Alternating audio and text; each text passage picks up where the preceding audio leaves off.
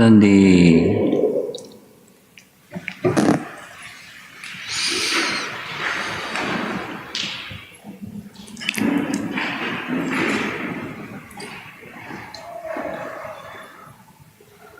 Radha Krishna, is this your first time to this temple?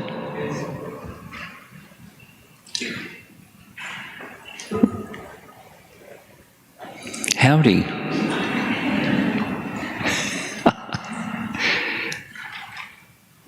UT Austin. You been there? Yeah. When you walk in the elevator door opens. Howdy! That's the Texas is saying Haribol.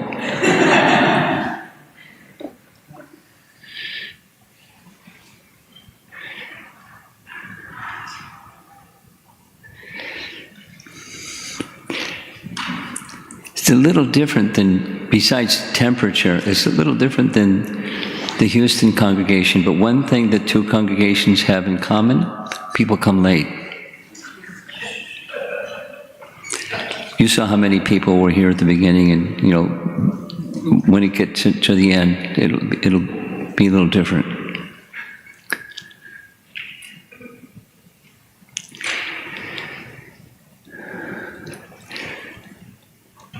A little background, how we got here, not to this temple, but this topic.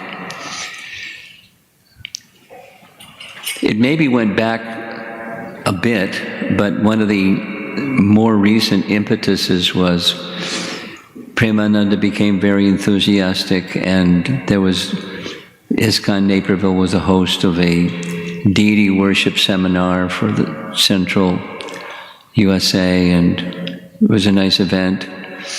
And people that came benefited.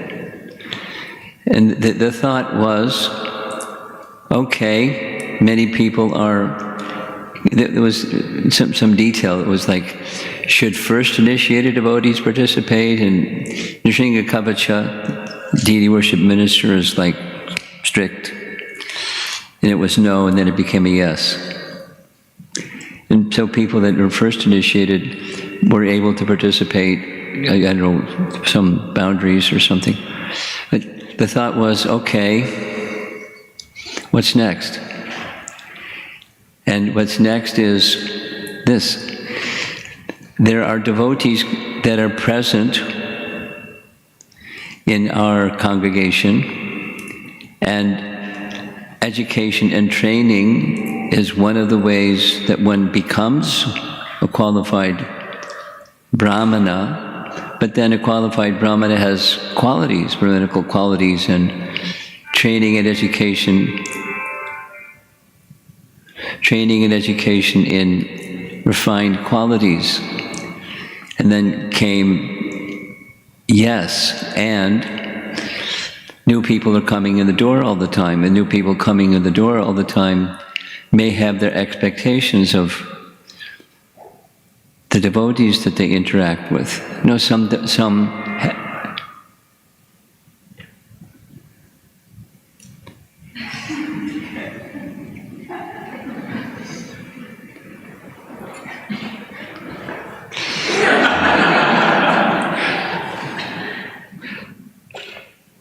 devotees behave very nicely, and some devotees could use some improvement.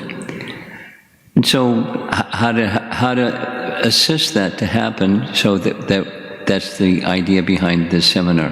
And the idea behind this seminar started to grow, and it should become an annual event, training and education on Vaisnava etiquette, like how to conduct ourselves according to the standards of conduct for a Vaishnava and character for a Vaishnava.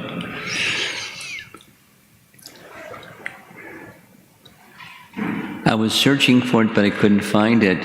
But in discussing with one godbrother, he shared with me, oh, that's such a nice topic. Prabhupada said, and I haven't been able to find the quote. So anyone of you find the quote, please send it to me.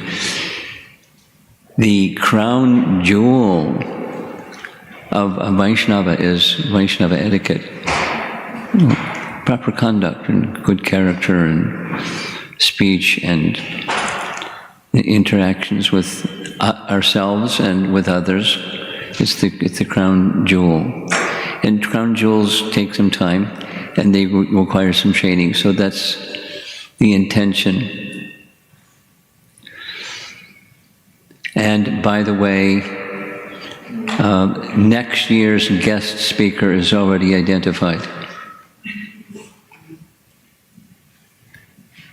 You want to know who it is?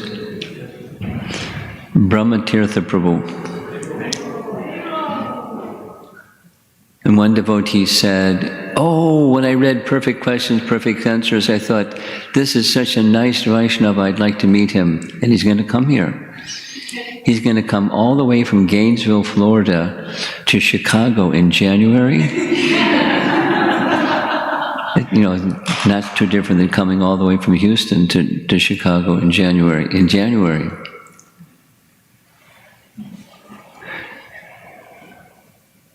Meanwhile, today and this weekend in Gainesville, they're having a big conference at the Bhaktivedanta Institute for Higher Education on very high philosophical topics. But Brahmatirtha is very flexible and he can speak on many topics. So that I'm sure we'll have a nice time next year. And then following year and following year. So the idea is, by training and education, to gradually evolve, at least give the facility so we can evolve to refined, cultured Vaishnavas. And represent our founder Acharya and our bhakti teachings and so forth nicely. That's the intention. And I'm sure, at least to some degree, that will be achieved. Now, I chose to focus on one feature, that is respect, because Vaishnava etiquette starts with respect.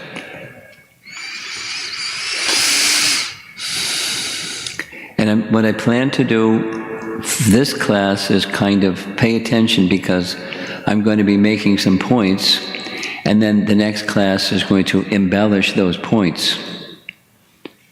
If you don't catch the points today, you'll catch them tomorrow morning, but catch them today, and then you'll see, for example. So a starting point is Bhaktivinoda Thakur.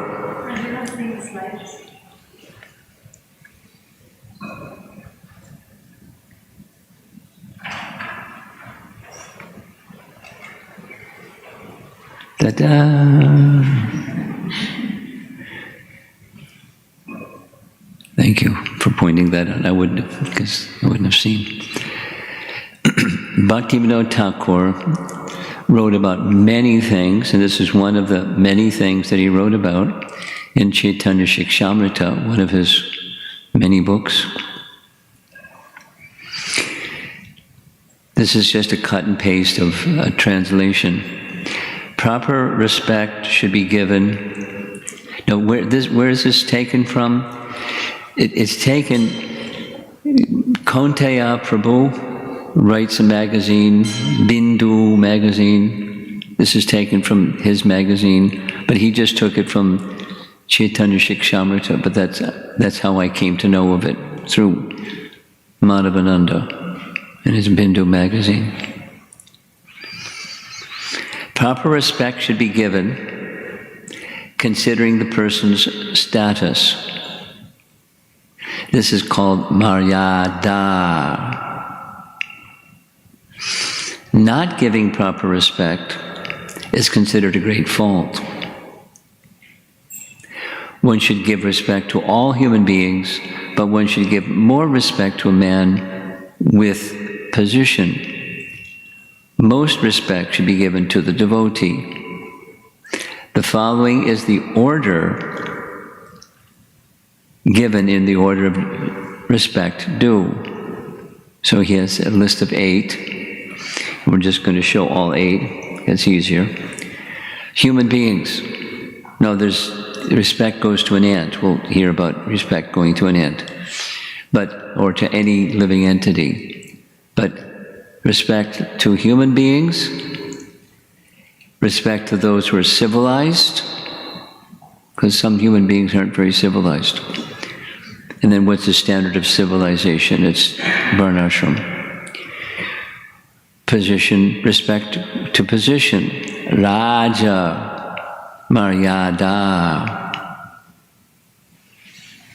Respect to those who are educated. Vidya, Maryada. Respect to those with good qualities. Those with good qualities are higher than those with good education, because somebody may have a good education but not have good qualities. I've seen that before.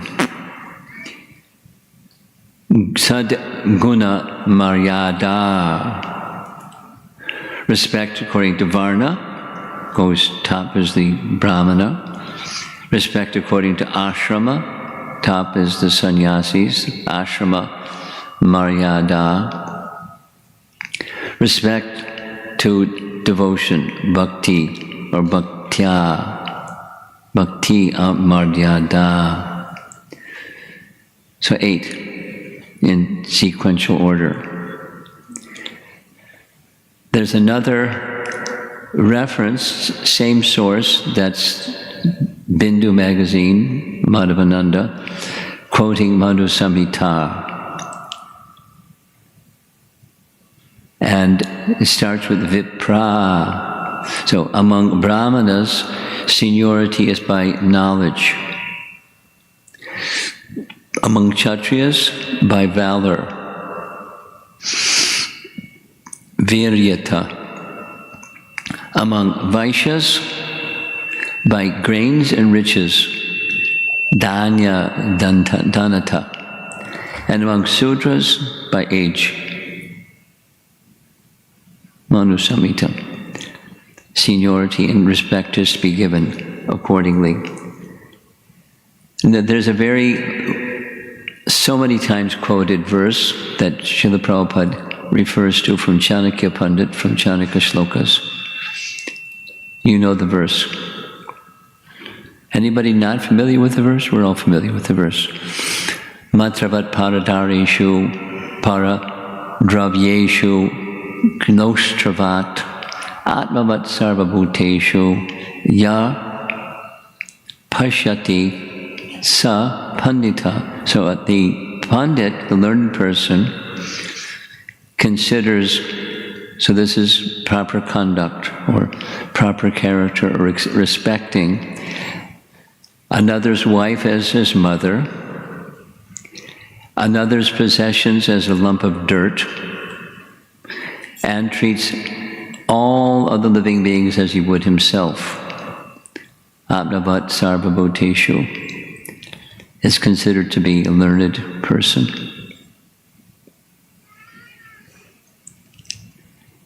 And this is just a few lists. What the plan is to explore a little bit the lists, but then give some examples. And then the next few days taking scriptures and citing examples from the scriptures that illustrate some of these points. The cow is to be respected,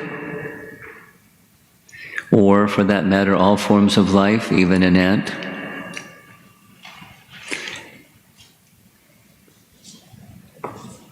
Material nature, instead of violating or exploiting the resources of material nature, one is to respect it, because material nature is Krishna's energy. And all forms of dharma, and especially paradharma, they're all to be respected.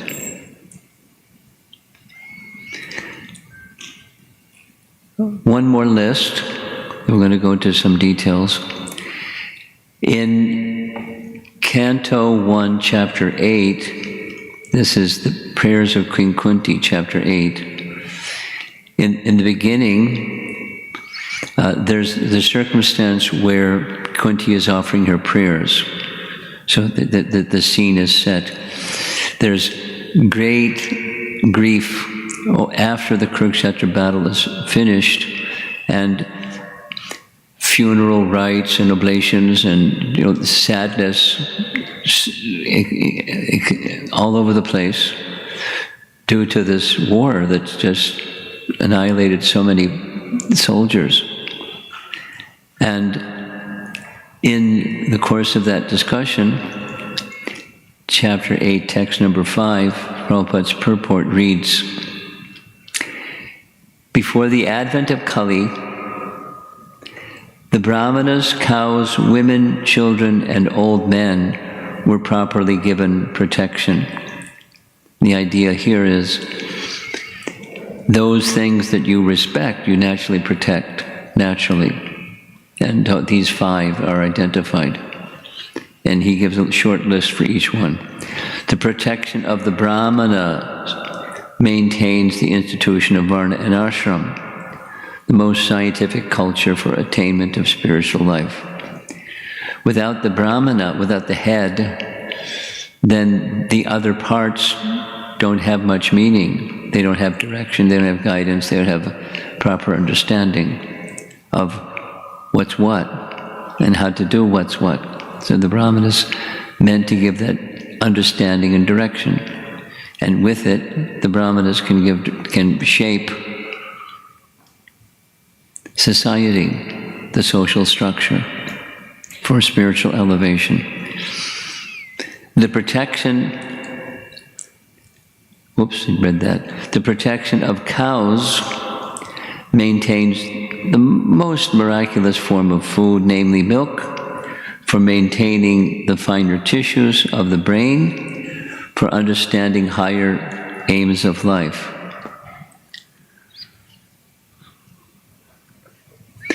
Many times Prabhupada would speak about this particular point. And I don't know how much in modern science they make the connection between finer tissues of the brain and milk. I've not heard it so much, but Prabhupada spoke on it many, many, many times. So many times. It certainly makes sense, but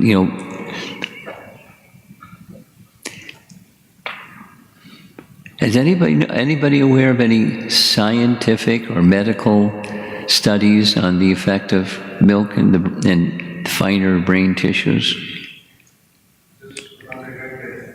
Vegans tend to have a lot higher rates of depression. What? Wait, let me take the microphone.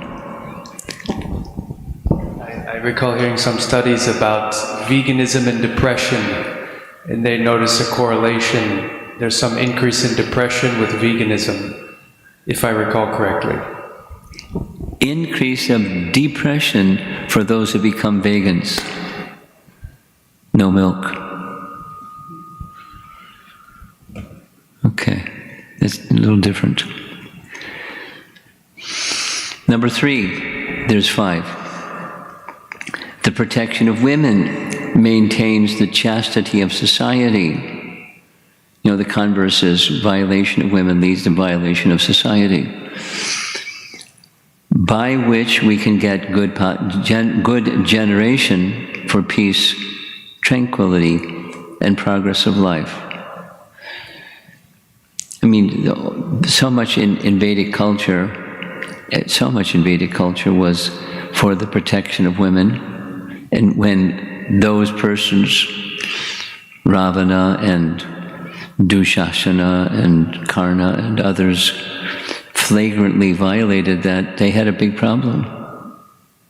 Big problem.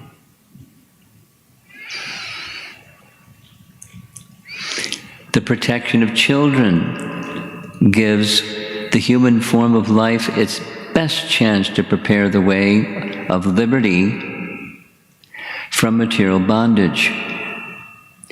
Such protection of children begins from the very day of begetting a child by the purificatory process of Garbhadan Sanskar, the beginning of pure life. etc. I was at a family's home yesterday, and husband and wife and two daughters. One of the daughters was bouncing a baby. That seemed to keep the baby quiet, because otherwise the baby wasn't so quiet. But, she described, she followed that principle while before pregnancy, during pregnancy, hearing, and she's holding the evidence that the child is very peaceful. Let's see what happens as the child grows. But the sound vibration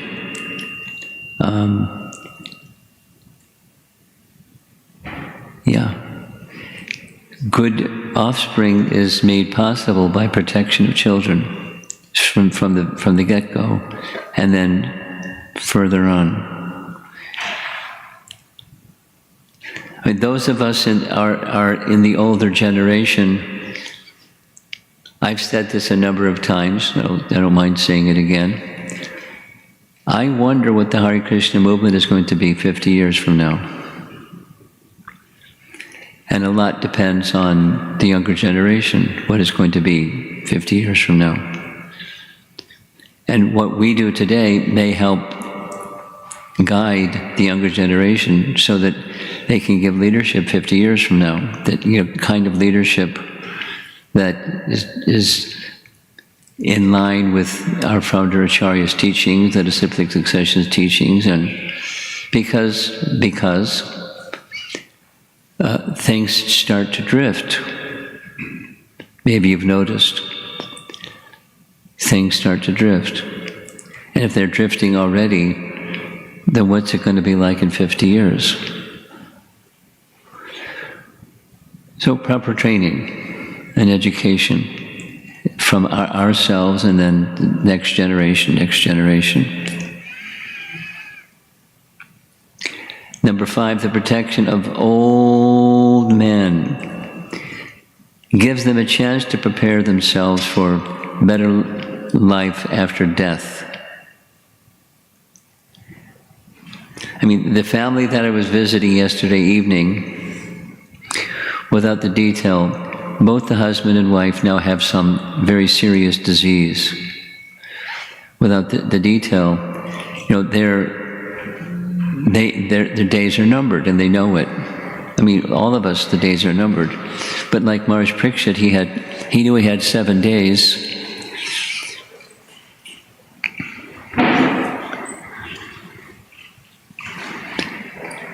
And this couple, they know their days are numbered. Without the details, because I don't want to get into it too much. But their daughters were there, and then the granddaughter was with them, because they're like not able to function properly. Whereas during their, some few years ago, go, and then it's not the same. And there were questions like, what do you do when you can't do stuff anymore? How do you handle bhakti life when you can't do what you used to do? Aging has its way of taking things away, sometimes abruptly, and sometimes gradually, and sometimes somewhere in between. So it's dwindling in death, the 6 changes. So protection of old people has that. These old people can give wisdom, assuming they're good souls. They can give wisdom, but they should be protected so that they can move on to a better, whatever the next life is for them.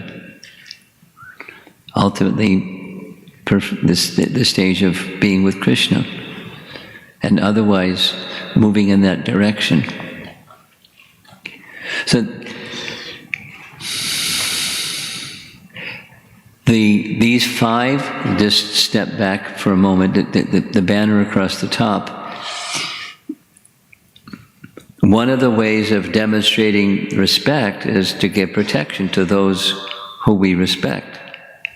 And these 5 are standard within Vedic culture. The way that Prabhupada has introduced this in the purport is prior to Kali Yuga. But even during Kali Yuga, the same principles apply. It's just not pervasive as it was in previous yugas. It's deteriorated in Kali Yuga. But to the degree that one can uphold and maintain those principles leads to elevation. And that's the whole idea of Vaisnava etiquette. The whole idea of being a Vaisnava is spiritual elevation. Then what's the speech and conduct, the achar and prachar of a Vaishnava? That's Vaisnava etiquette. This particular slide is taken from something that some of you may not know about, but now you'll know about it.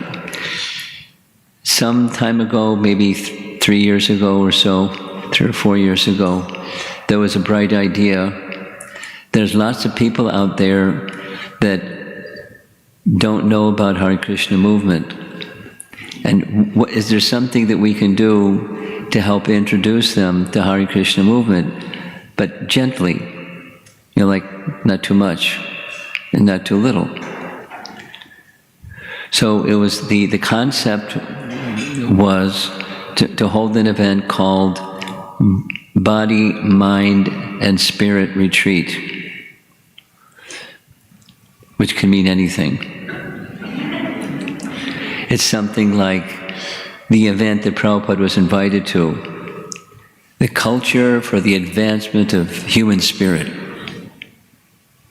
This event in Japan that he never went to, but he wrote Light of the Bhagavad to as if he was going to participate in it. But culture of the human spirit can mean anything. Body, mind, spirit retreat can mean anything. You put anything in that envelope and it fits. But new people that don't know anything about anything started coming. Now some people that heard about it, they started coming too. And anyway, we've been repeating. So this was one of the themes. One of the themes because younger generation people, they value relationships. And respect is the fabric of relationships. For not just only for devotees, for anybody. You say the other. Without respect, how you can have a relationship? Or you can try to have a relationship, but it's quite dysfunctional. And if you want to have a relationship, then it starts with respect, or it's the fabric of a relationship. And then the fabric becomes diverse. Different types of relationships.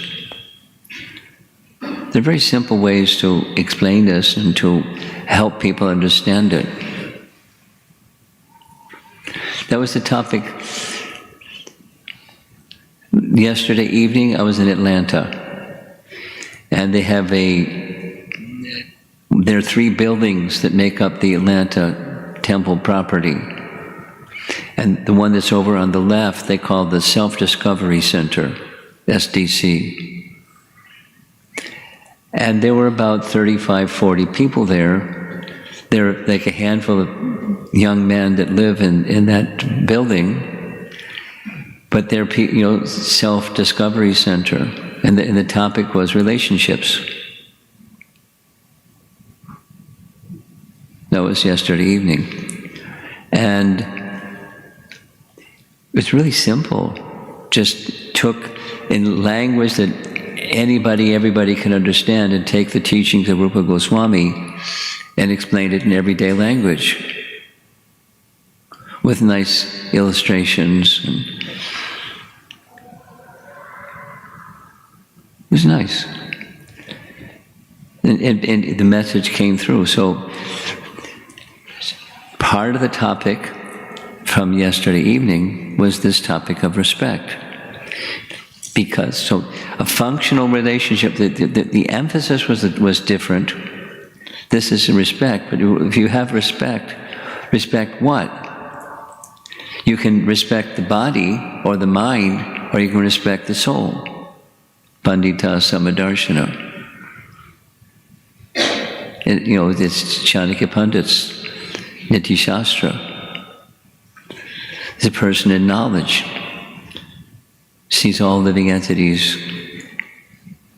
in a proper way. They treat all living entities as they would have themselves treated. It's very standard.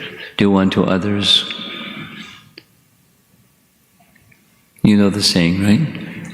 Do unto others as you would have others do unto you. It's just like very simple. It's the golden rule. Anyway,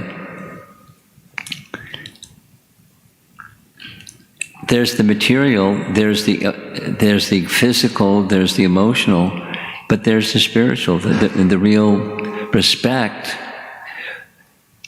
Going back to Bhaktivinoda Thakur's teachings, he's speaking about the coverings, but then ultimately the devotee.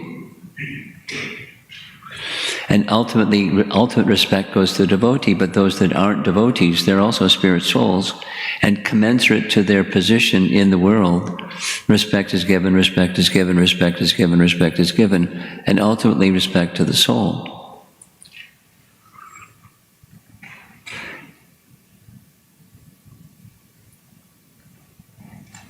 And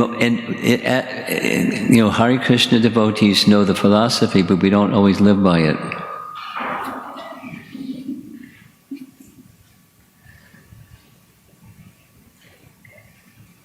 You're not the body, but we identify with the body.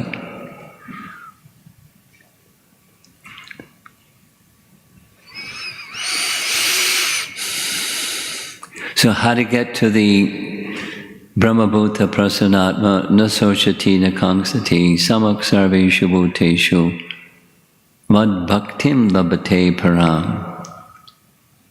And then real devotional service begins.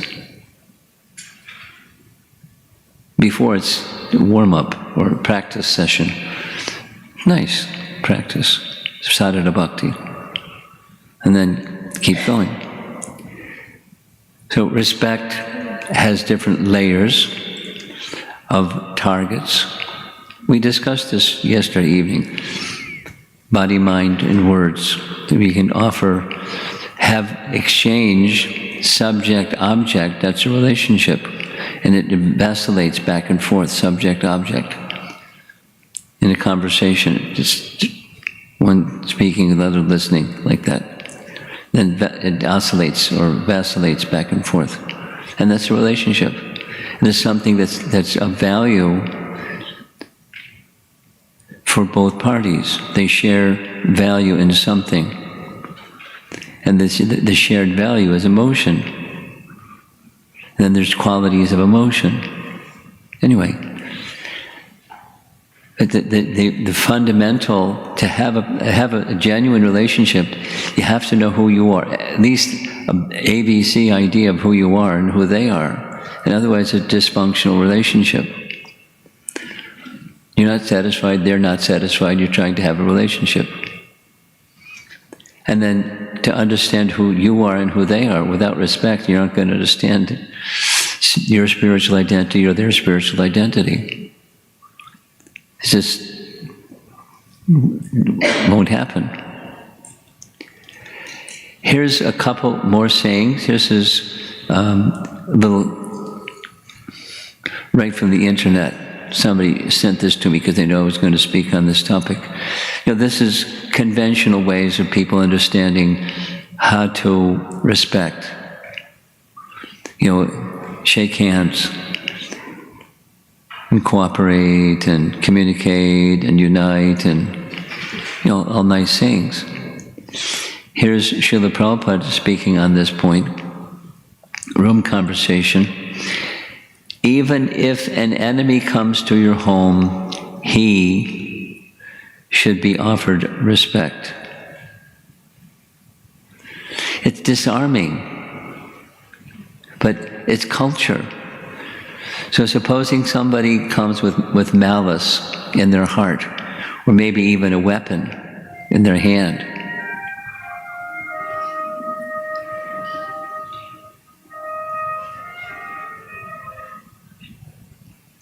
You better give that phone to somebody who knows how to handle it. Thank you very much. Older generation people and technology don't go well together. Hare Krishna.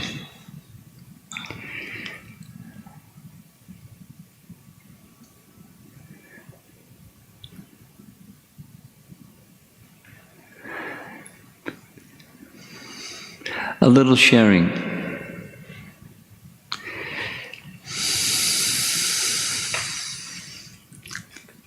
I think it's okay to share this one. Many of us went to Haridwar, Rishikesh, and some went to Badrinath.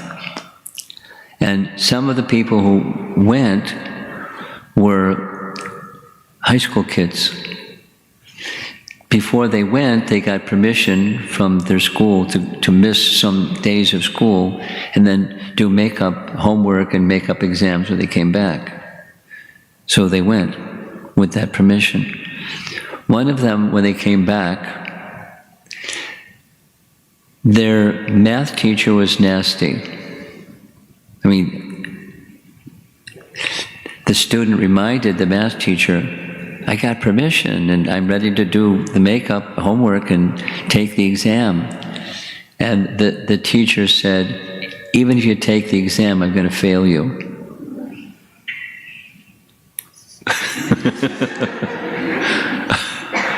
And you know, the devotee was hurt. The little young teenage person was hurt. And you know, they actually did it. They failed them. And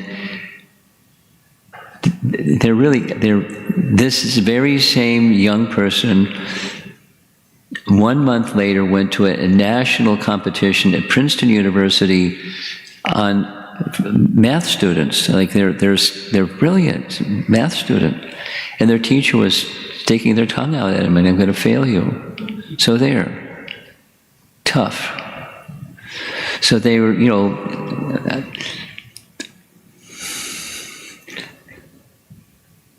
They wanted to know, what should I do? You know, why are people like this? Why and what to do? Become a sannyasi, you get all kinds of questions.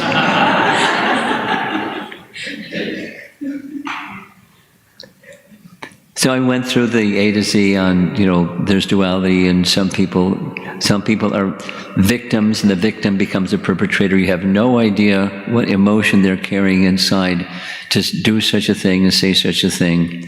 So forgive them, because there must be some hurt inside, because otherwise how can they do such a mean thing and feel good about it?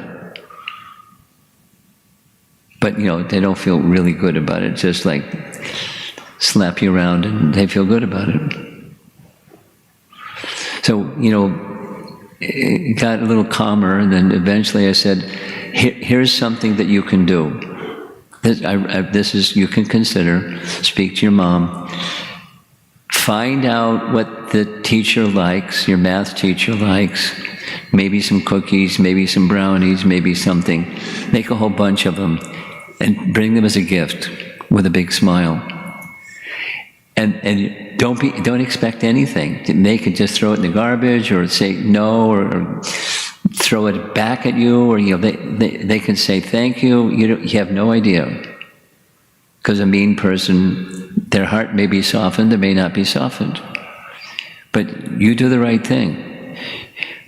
It's, you know, same. It's same as Chanakya Pandit. You treat others as you would want to be treated. Supposing you stepped on somebody's toe, they can just say, ouch, they can scream, they can hit you, or they can say, excuse me, you just stepped on my toe, it hurts. You know, there's different ways of responding to misfortune. So even if, here's a nice example coming up, it's right in Mahabharata. By the way, we're going to be speaking a little bit about Mahabharata, but here's Yudhisthira. This is Domya informing Dhritarashtra, who's over on the right side, the blind king, that Yudhisthira has come to see you. Because he's blind, he had to let him know who's come. Yudhisthira knew very well the diabolical things that Duryodhana had done. Yudhisthira knew that Dhritarashtra knew the diabolical things that Duryodhana had done, and that he didn't stop him, and he could have stopped him. But he wasn't, he never dropped his respect.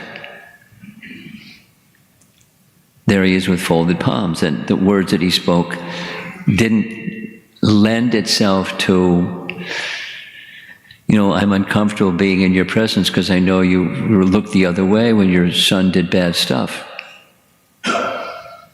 Attempted murder, not just bad stuff. Multiple attempted murders. And other bad stuff. Insulting things. But he didn't make any mention of that. He just offered him all respect and honor.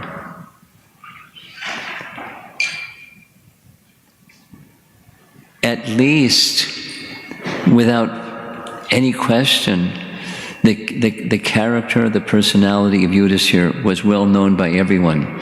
He's a noble man. He's a man of good character. He's a man worthy of our respect. And it was always like that. He never deviated from that position. And so that kind of character and conduct and speech invokes elevation of consciousness. Supposing we're in the world that's filled with ignorance and passion. Just to close your eyes and imagine we're in that kind of world. What are you going to do? Act in elevated consciousness and try to elevate people by your elevated consciousness.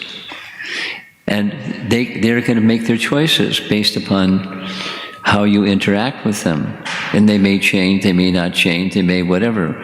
But at least the opportunity, if as devotees of Krishna, we can move about in this world, like one of the major questions I get, and maybe one of the top 10, is, yeah, but in the workplace, if I don't show strength and courage and valor, they're going to walk all over me. You're speaking about humility, and my experience is they think you're weak, and they exploit you. So, what to do? Anyway, there's different answers to that question. But be true to who you really are. Be a Vaishnava and be true to what a Vaishnava really is. At least try to be like that. There's different answers. When Narada told the cobra, don't bite, I didn't say you can't show your hoods. You know that one? If kids were attacking the cobra because they knew they wouldn't attack them, you show your hoods. But you don't have to show your hoods. You can. They're different ways. The main point of all of this presentation this evening is don't deviate from respect. That is to say, make choices of what you say and what you do with the principle that, okay, here's someone that's a math teacher that's nasty. Or someone in the workplace that's abusive or exploitative or something.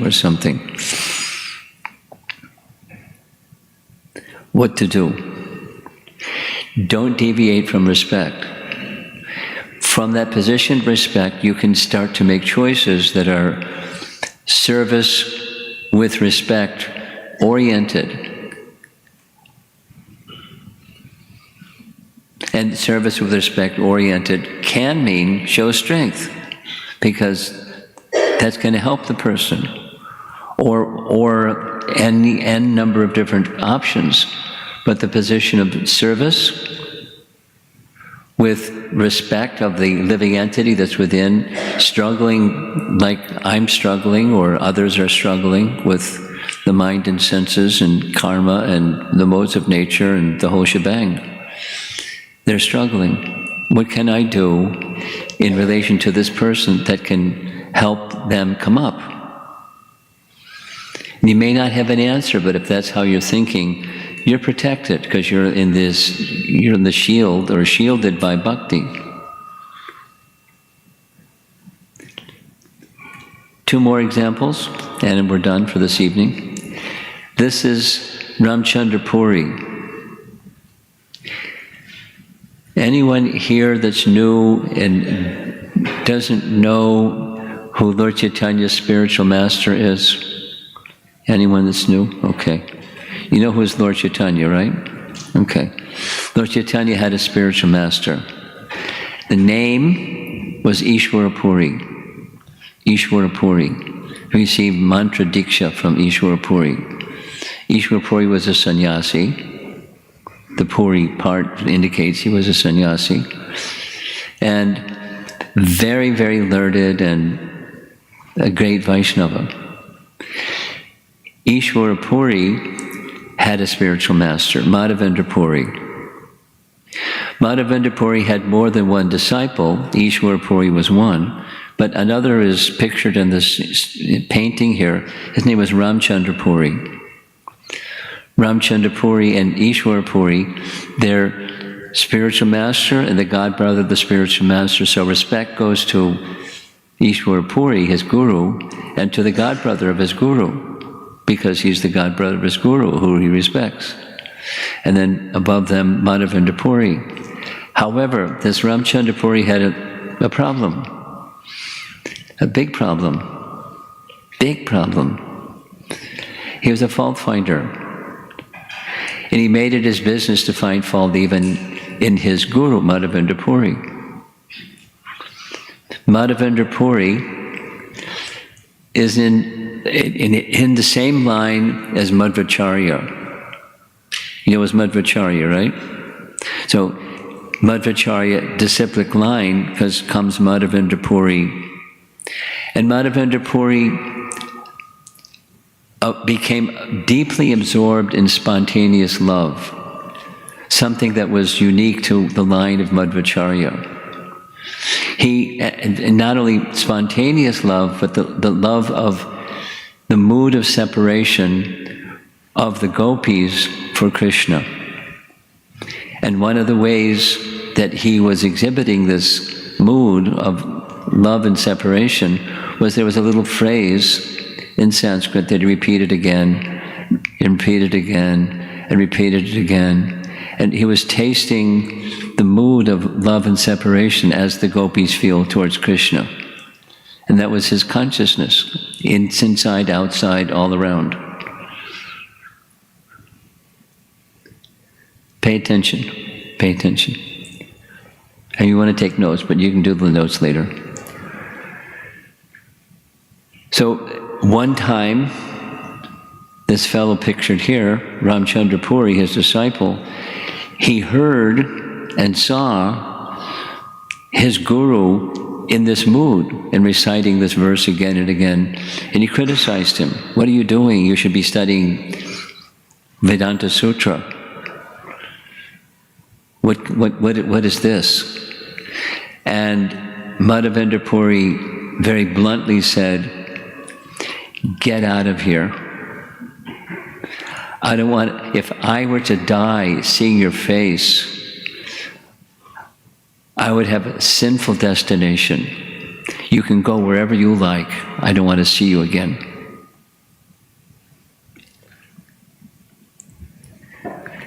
Ishwara Puri was just the opposite. There's two disciples. Ishwara Puri was in this, he received that mood from Madhavendra Puri and he passed it on to Chaitanya Mahaprabhu. Love and separation. So Ramchandra Puri didn't die or didn't become lame or something. he was a virtuous person in general. So he visited Chaitanya Mahaprabhu in Jagannath Puri. So this is his godbrother's disciple that's acclaimed as very exalted personality, pictured in the painting, the young sannyasi, Chaitanya Mahaprabhu. So he visited Puri. And when he visited Puri, he had the same mindset. He was looking for some fault. He couldn't find any fault. He tried. That was his ambition, is to find fault. He couldn't find fault. So he made up one. He's pointing at some ants on the floor. That's the painting. And he's criticizing Chaitanya Mahaprabhu. Aha! You're a sannyasi, you're eating too many sweets, or look at all these ants on the floor. But there's ants everywhere in India. I mean, not here in Naperville so much. Maybe there are some somewhere, but knowing that he was like that, Mahaprabhu nonetheless offered him respect. The Sanskrit word is adara. He offered him respects with great attention in all circumstances, even while being criticized. So that's the criticizer person, how to deal with persons who are nasty, like the math teacher, or persons in the workplace that are ambitious and step on anybody's head or face, they don't mind at all, saying, doing anything, lying, cheating, this and that. Rudderless people. No steering wheel, just ambition. Or a fault finder. And then the other side, this is the last slide for this evening. This is a painting of Chaitanya Mahaprabhu sitting in a courtyard and with folded palms holding on japa beads, that's Haridas Thakur. And Chaitanya Mahaprabhu he derived pleasure and satisfaction in public assembly, glorifying Haridas Thakur. So Haridas Thakur is not complaining, but he's amazed.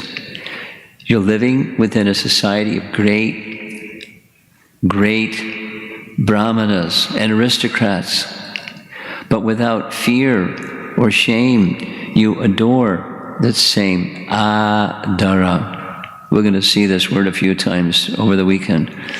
Adara, a lower class man like me. Now, lower class means, according to worldly estimation, his birth. His birth was not aristocratic. His birth was not a brahmana. His birth was in a Muslim family. And yet, Chaitanya Mahaprabhu honored him like anything again and again and again, and gave him a special title. You know, Vaishnavas do like this. Prabhupada was given the name Bhakti Vedanta as a title because he was very learned in bhakti. So Bhakti Vedanta, Abhay Charan, so that's the AC. Bhakti Vedanta Swami. The Swami is when he took sannyas. And the Bhakti Vedanta was the Gaudiya Math gave him the title because he's such a learned person. So giving of titles, honoring somebody's capacity to do something nicely, is common in Vedic culture. So Mahaprabhu gave him the title of Namacharya. And he's the Namacharya, but he's low-born. And not just gave him a title, but honored him and praised him and loved him. And made no restraint to show, exhibit, express his love for Haridas Thakur. The Haridas Thakur is amazed. You're moving in a society that's not the value system. And you don't mind, you have a set of values that are different than their values, and you're honoring me, respecting me, adoring me in this public setting.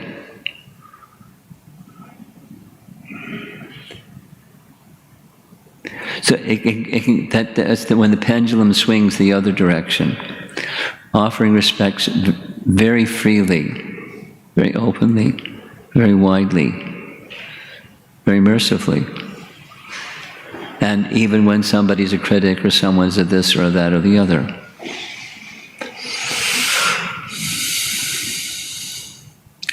So this evening is just an introduction.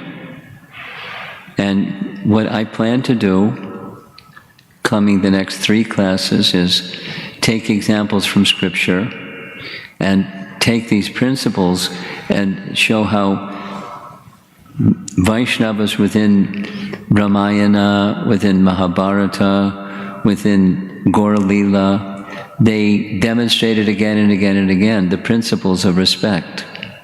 And some of it's pretty amazing. And what's the benefit? It's not so much drilling down on, what to do when this and that and the other of our worldly circumstances. It's taking Scripture as the beacon light and moving towards, this is my intention at least, moving towards the light of the Scripture, light of the Bhagavad, the light of Mahabharata, the light of Chaitanya Charitamrita, and other writings about Lord Chaitanya's life. How to live a life of respect in different circumstances. So we have, at least if we have that to look up to, it can guide us going forward in our devotional lives.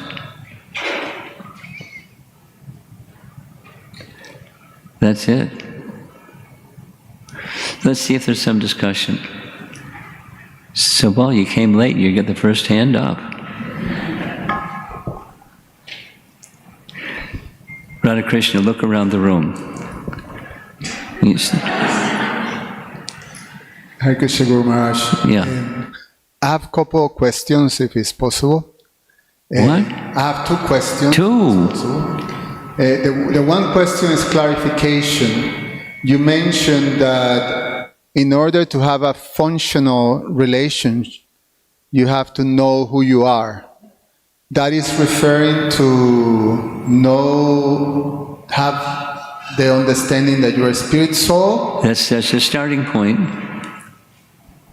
So even if it's conceptually, then you have the chance to have a Yeah. Okay. Yeah. It's a starting point. Relationships start somewhere. Dysfunctional relationships start somewhere. I don't know who I am. I don't know who you are. Let's have a relationship. Common. Because people want to love and be loved. But they don't know who they are. They don't know who the other person is, so it's dysfunctional. So the starting point is, at least, as you said, at least conceptually, and then it can grow and grow and grow. The potential is there to grow and deepen the reality of a meaningful, profound, spiritual relationship. Go ahead. Yes, thank you, Guru Maharaj. The other one is about respect. I think you mentioned that there's several levels of respect. Did you mention that there is the speech or the body, mind, words? Yes, words. You mentioned words. Yes. Yeah, words, the mind, and intelligence, or action. No, I didn't say intelligence. Yeah. Soul. No, you can respect the soul. You can add a 4th one. Well, the thought I have is when sometimes we respect externally, but internally it doesn't go very deep, the respect, but we still go through that's the beginning. Of respecting. That's the beginning. That's the beginning. So it's desirable still. It's not. It's cosmetic. It's if it's cosmetic, if it's as you described, all it takes is a little trigger and it goes off in a different direction. Something inside me gets triggered by something outside me, and I lose it. Respect goes out the window. Then I may feel badly later on. Uh-oh. I lost it. It's the beginning.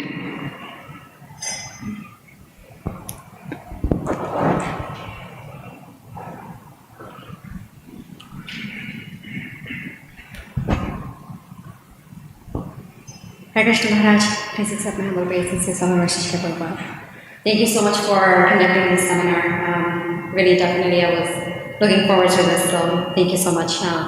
One thing I wanted to ask is sometimes knowing these things, sometimes knowing these things to respect even when someone has done something bad to us, how can we sincerely offer respect? Because we can try to give like benefit of doubt, we can try to justify their actions, understanding that something like, their struggles or they're bounded, with all these anarthas or some, whatever, we can give justifications.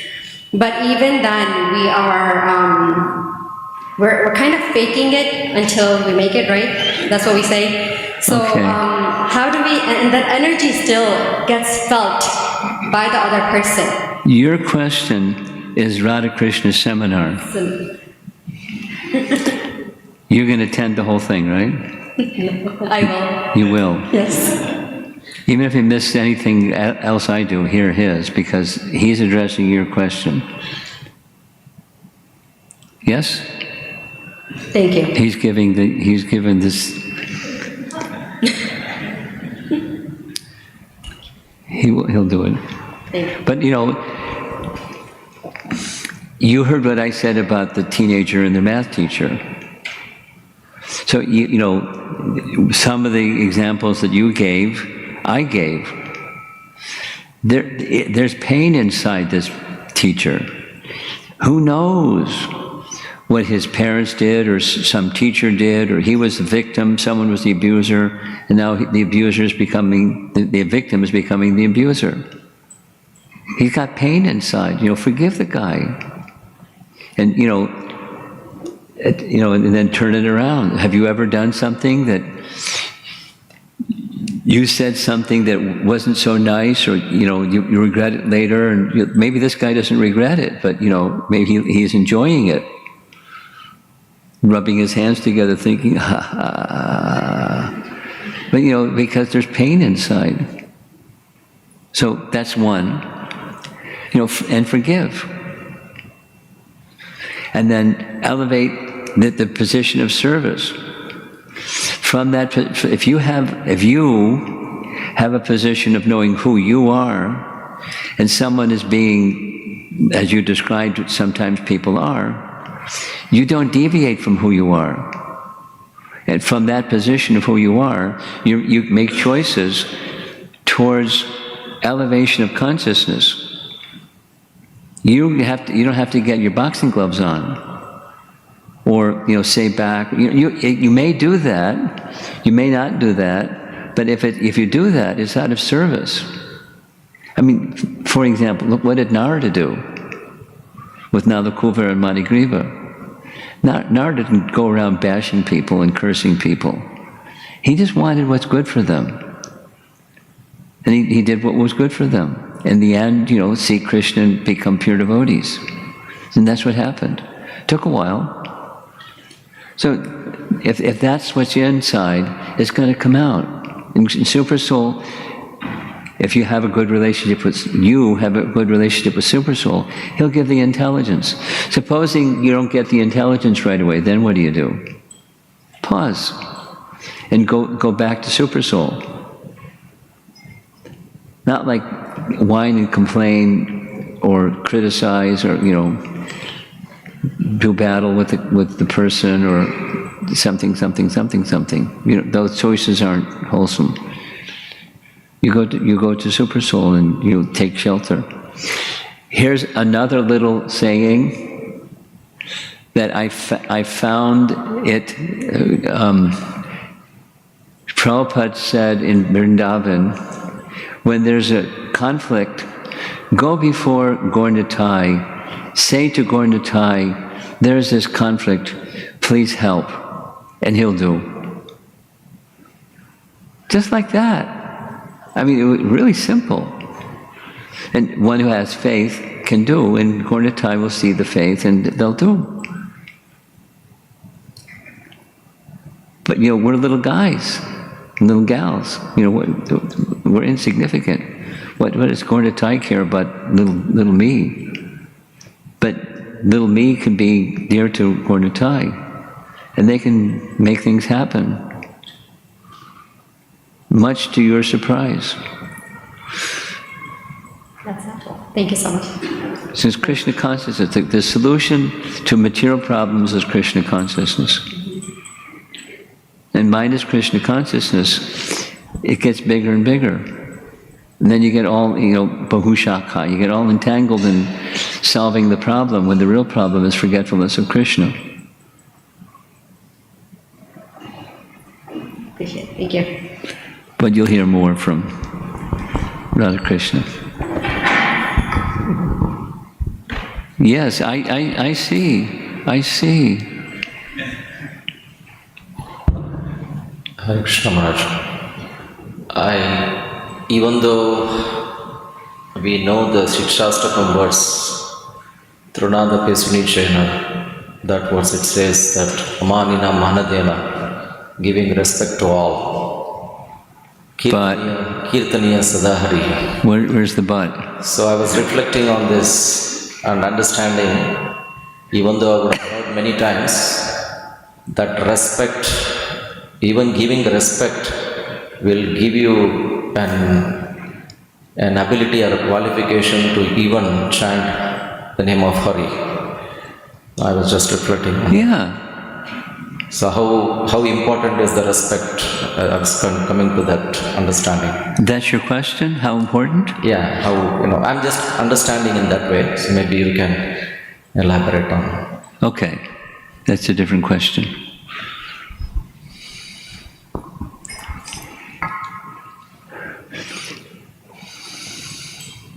When I was at Atlanta, I gave one seminar on true humility precedes true bhakti, which is an answer to, the whole class was an answer or a response to your question.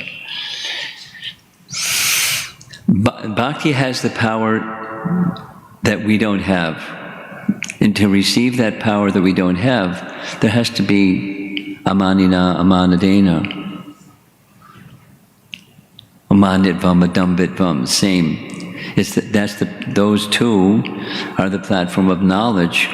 And we're covered by ignorance, and the antidote to ignorance is knowledge. But knowledge without bhakti is flat.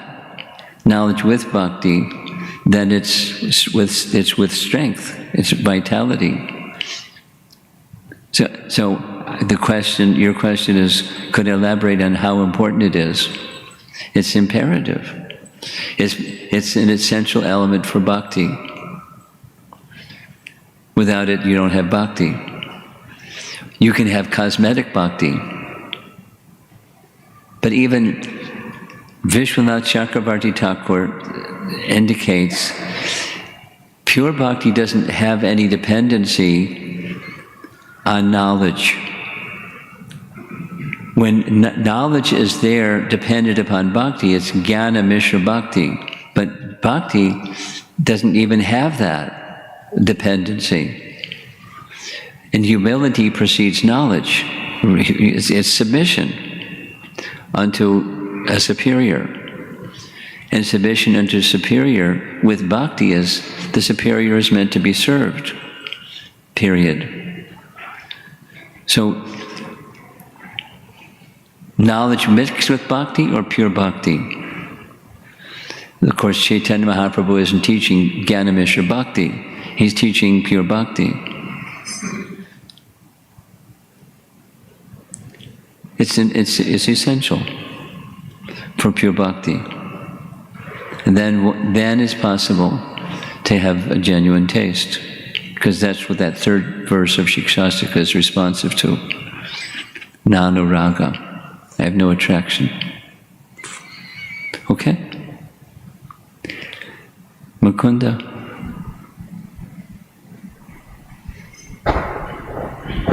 Hare Krishna Maharaj. I really liked the story of the teenager that experienced the difficulty with the teacher, the math teacher. And what I was thinking about was, to me, there's kind of three pieces in a scenario like that. One piece is the student shows respect to the teacher despite being hurt.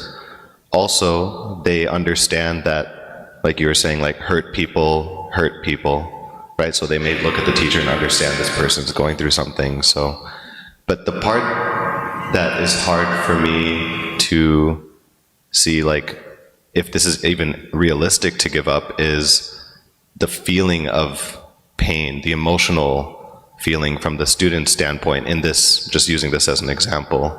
So I'm asking, are we expected to not feel that emotion?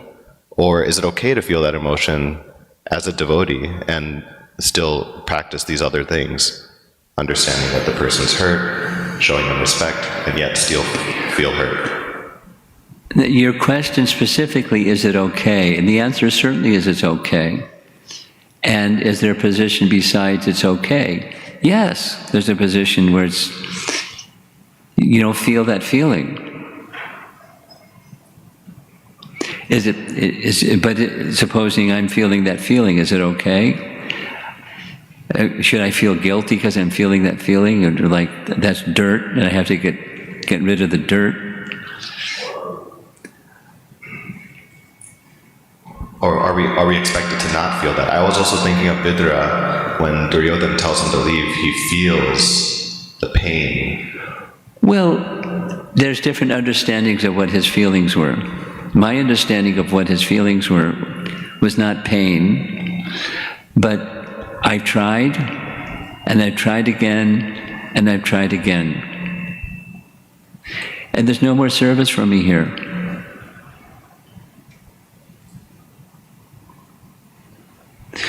So he left not with feeling pain, but I want to get purified because I've had a very unwholesome association. That's my understanding of his feeling. Now, there was certainly some other feelings like disgust. Is there a place for disgust? The answer to that is, in that whole context, when he was insulted by Duryodhana, there were many, like half a dozen, super elevated persons, rishis and Bhishma, and they said the same thing, but they weren't his uncle. And Uncle Vidura, who was born in a lower family, he was the one that was insulted, but they all said the same thing. In different language, but this is essentially the same thing. Give this warring spirit up. This is unbecoming. It made him angry, but he didn't scream or insult those sages. But Vidura, he did. Just like, because of his birth. So that was the main insult. Who invited this guy in here?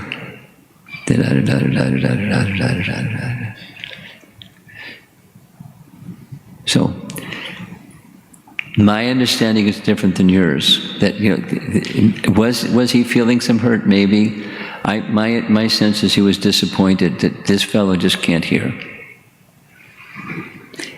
He can't hear me, he can't hear Bhishma, he can't hear the great sages. It's hopeless.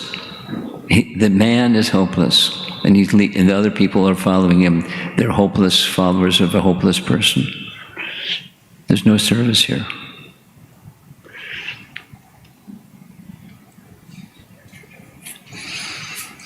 My understanding is he could have, I think it's in the Prabhupada's purport, he could have gone to be with Krishna because he was very dear to Krishna and Krishna was very dear to him. Without all the detail of those things happened. When Krishna came to Hastinapur, when he arrived, that's where he went. He went to Akrura's home. And that's when Akrura's wife gave him the banana peels. That was the circumstance, because he wanted to be with his devotee, Akura. And Akura wanted to be with him, but he felt, I'm contaminated by this unwholesome association. I need to go on pilgrimage to purify myself. Anyway, it was part of a lila to do other things that he did. But circling back to your question, is it okay to have those feelings? It's okay. And it's even better than okay to recognize that there's been a very hurtful attempt, but it's okay because, it doesn't touch me. Because I know who I am. And that those sticks and stones may break my bones.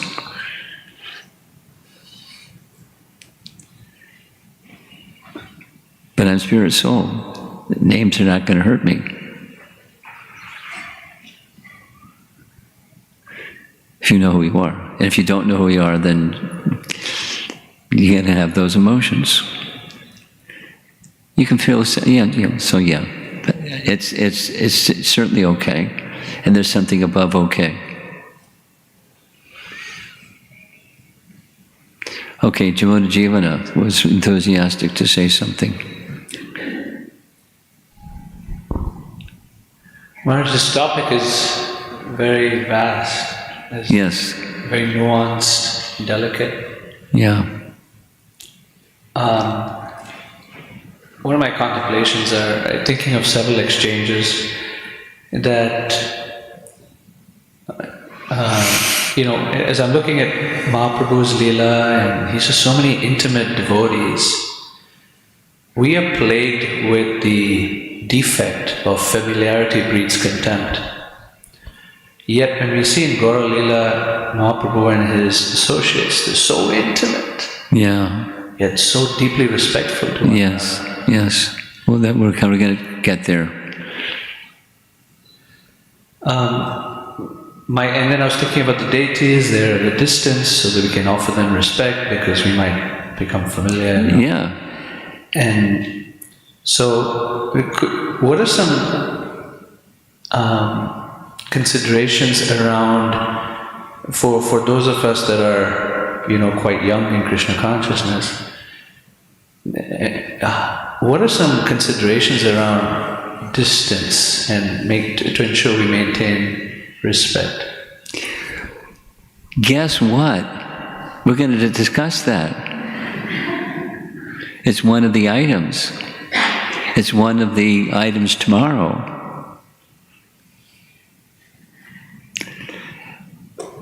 It's a principle. It's a prelude for tomorrow. One of the slides is going to show a picture of Prabhupada and Jamuna. And Jamuna, in Giriraj Maharaj's memoirs, he refers to Jamuna writing a letter to someone who was going to become Prabhupada's cook. And she writes, Giriraj Maharaj requested me to instruct you how to cook for Prabhupada. And how to cook for Prabhupada is just do the cooking, don't expect feedback, don't expect a pat on the head, don't expect honor, don't expect anything other than, if there's some improvement needed, you'll hear it. And don't have any other expectation. So that's like, that was how she was trained by Prabhupada, and that's how she was training someone how to serve Prabhupada. So there's some, because she had some closeness to Prabhupada. At the same time, she had proper respect. Respect means in the dealings with the spiritual master or dealings with the deities, some kind of respect, and therefore Brahmanas should be the worshippers of the deity, and the Brahmanas should be very careful about not being familiar, but with proper devotion and so forth. It's just it's a protection for the devotee, the worshipper, or the servant and the served. It's similar to, but different from, how many times did Prabhupada say, first chapter Bhagavad Gita, Krishna and Arjuna are friends. But only when Arjuna took the position of, you're my spiritual master, please instruct me, then it's meaningful discussion. Until then it was just a ping pong match, back and forth, dialogue back and forth, insubstantial. So then there's some distance. Respectful distance doesn't mean physical distance necessarily. It can be very proximate, but respect creates some kind of looking up to, and the distinction between the servant and the served. And that's some distance. It can be physically proximate, but some distance. It's personalism.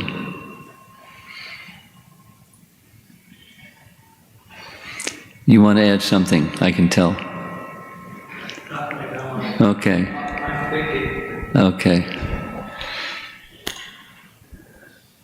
No? Okay. Anyone on the ladies' side? Yes, Amara. Okay, tomorrow. Hare Krishna, Guru Maharaj. So, on the topic of feelings, like in childhood when a child gets hurt or something, then suddenly maybe the parents are asking him to look at the birds or something, like distracting him.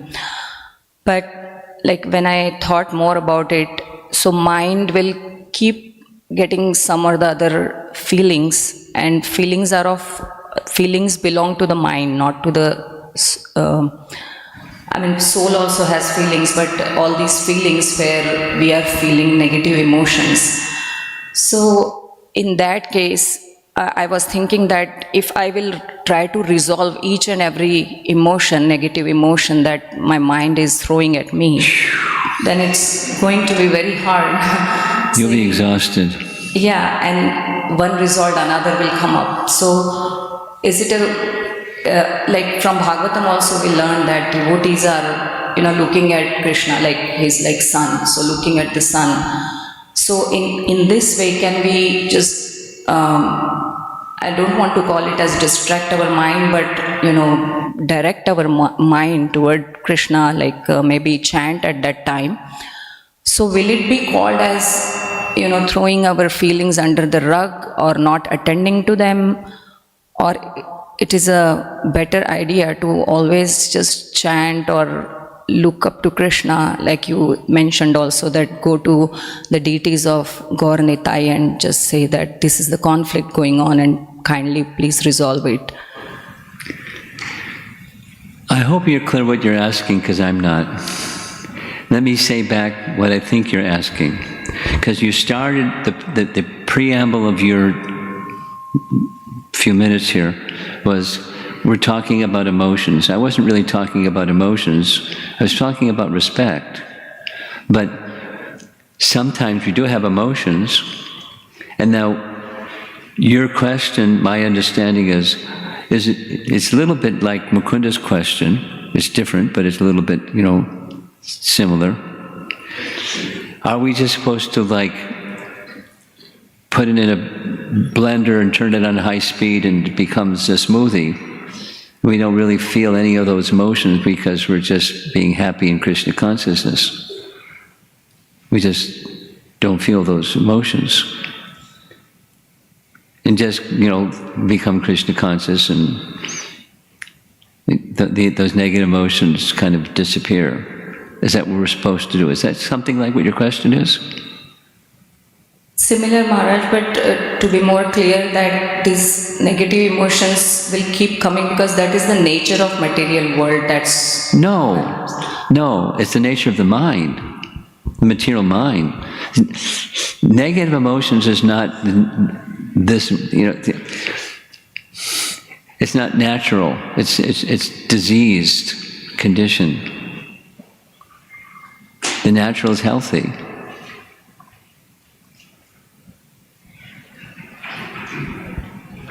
So if we direct the mind when emotions, those kind of emotions are coming, deceased condition. They fade into vapor. Yeah. The negative emotion, transcendental negative emotion, is in relation to Krishna, not in relation to stuff.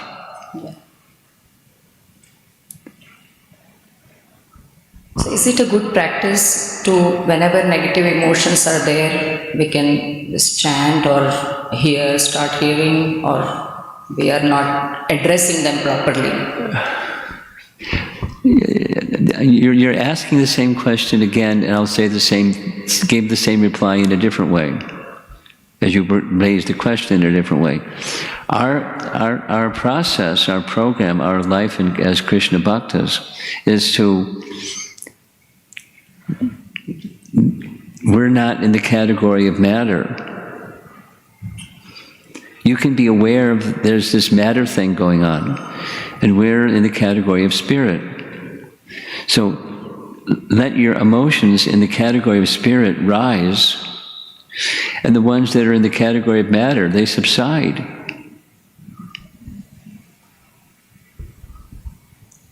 They become inconsequential. They vaporize. Then you can just, it's similar to Mukunda's question. Different, but similar. So don't go back there again. So how do we, we're in the category of spirit, and then spiritual relationship with Krishna. Understood. Thank you. Okay, Acharya Nishtan, one question back here, and we're going to end. No, over here. He had raised his hand first. And then... I was just going, because it's on this one point, I read recently in the 5th canto, when Jada Bharat is severely criticized by King Rahugana and insulted, and he's a self-realized soul, it said that there was still some waves of dissatisfaction in his mind due to being so insulted, but he tolerated them. Nice. And I like this language of just tolerating, like what Mukunda's mentioning, and it's there, but he was able to tolerate it, and in that way preserve his spiritual position. Mm-hmm. Okay. Thank you for that. There's a Mataji. Raise your hand, Mataji, that you have the question. Hi, Krishna Maharaj. Hi, Krishna. My observation has been that the fountainhead of many conflicts is very simple. It's just people are unable to listen to the other person. And sometimes there is no conflict, it's just that the person is not able to hear at all. They just expect that the other person has to listen to everything that they have to say, but when the other person is explaining something, they do not have the room to listen. That happens, but that's not the only... My comment on what you just said is, yes, that's very common, but that's not the only dynamic that causes tension. One person has beans in the ears and they can't hear. They like to talk, but they can't hear. That's certainly one dynamic, but there's others. Okay. Srila Prabhupada ki. We'll see you all tomorrow.